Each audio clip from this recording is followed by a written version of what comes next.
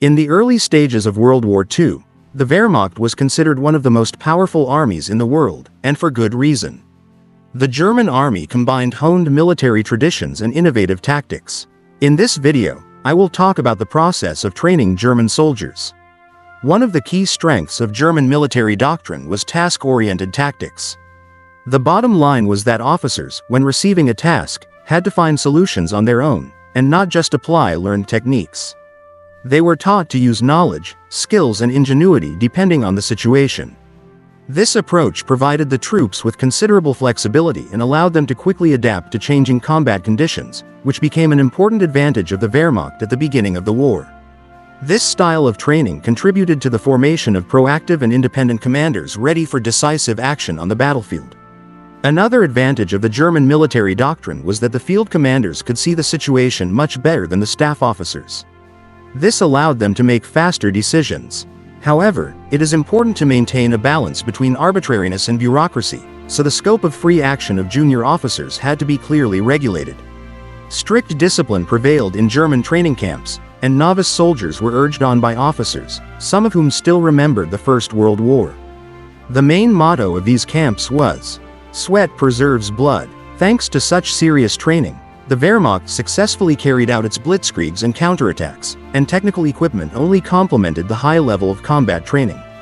This combination of strategy, discipline, and training created a powerful military mechanism capable of quick and effective response on the battlefield. The Germans actively used the experience of the First World War, but unlike the armies of Western countries, they did not believe that future conflicts would be positional in nature, as was the case in the First World War. The rate of maneuverability has become the main trump card of the Wehrmacht. The young fighters course lasted 4 months and included many classes, from the basics of military training to the latest tactical techniques and special skills for various types of troops. In addition to military disciplines, propaganda occupied an important place. The process of processing soldiers took place throughout the training. Although the army was less politicized than the Waffen-SS, the propaganda of National Socialism was present.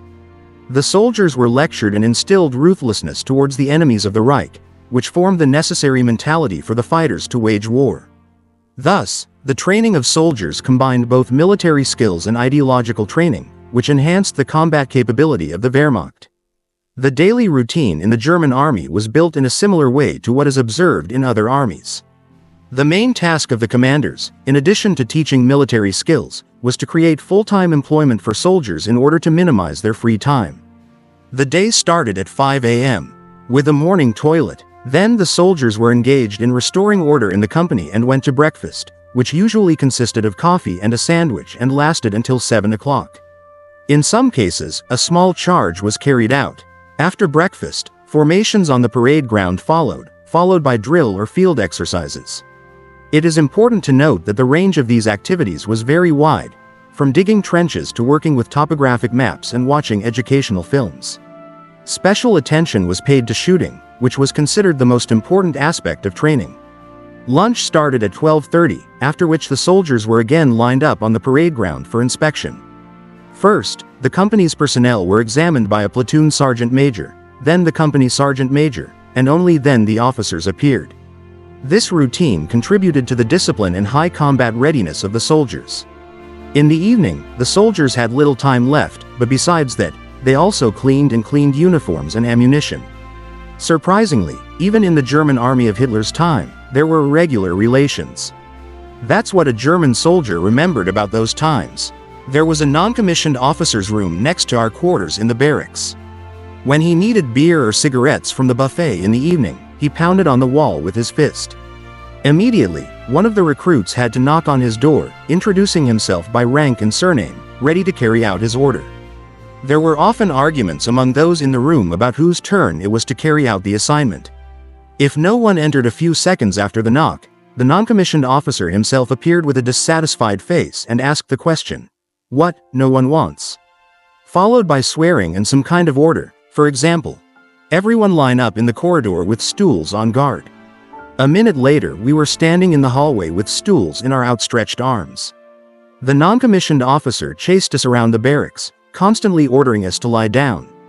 And attention. Then we had to climb the stairs on all fours, leaning only on our knees and elbows, with stools in our hands.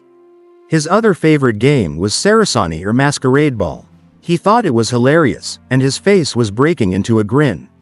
In this game, recruits had to quickly change from field uniforms to casual ones, then into a tracksuit and tank uniform, and then into a parade and exit, resembling a circus costume. Because of this, the soldiers nicknamed her after the circus Saraceni. In our opinion, this inhuman tyranny had nothing to do with military training or ideological doctrine. It was an expression of a cruel upbringing. One can easily imagine how such a non-commissioned officer, having gained power over life and death, would quickly become an executioner in another place, for example, in the protection of a concentration camp. In fear and uncertainty, we went through every test. Everything in the barracks, from the floor and tables to the cupboards and the soldiers themselves, could be subjected to a brutal inspection for cleanliness and order.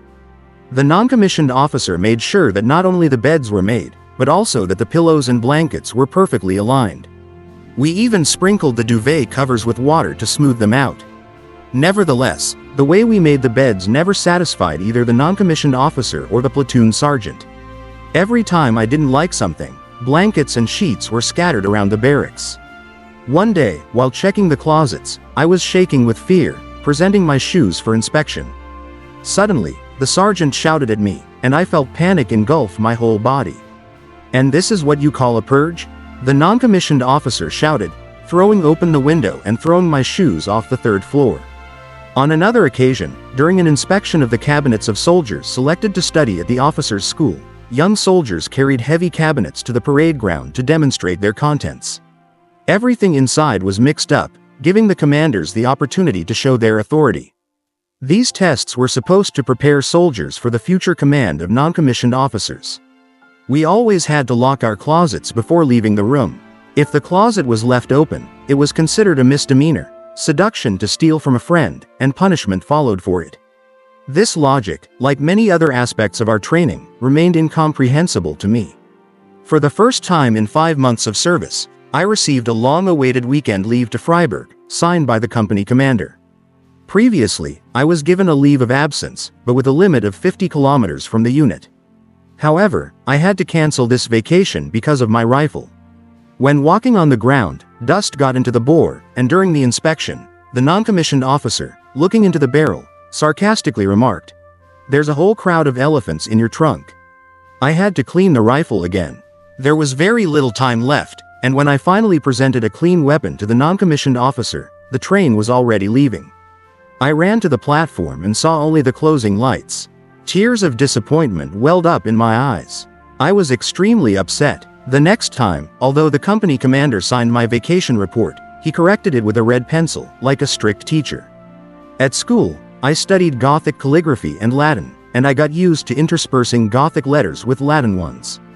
Despite the fact that the petition was accepted, the erroneous letters were underlined in red, which clearly demonstrated that, despite 8 years of high school, I do not know how to write German correctly.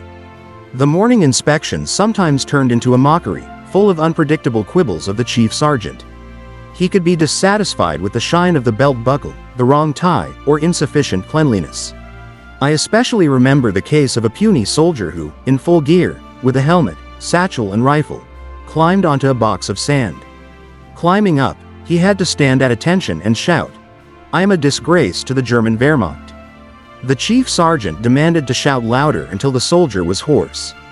The sight of this frightened boy struggling to carry out an order was really pathetic, and his forced confession was rather a disgrace to the Wehrmacht.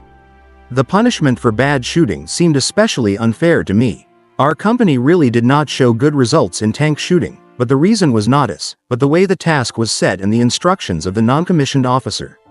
The exercise consisted of firing 25 shots at a round shield with the image of a soldier from a machine gun mounted on a Type I tank moving along an uneven concrete road.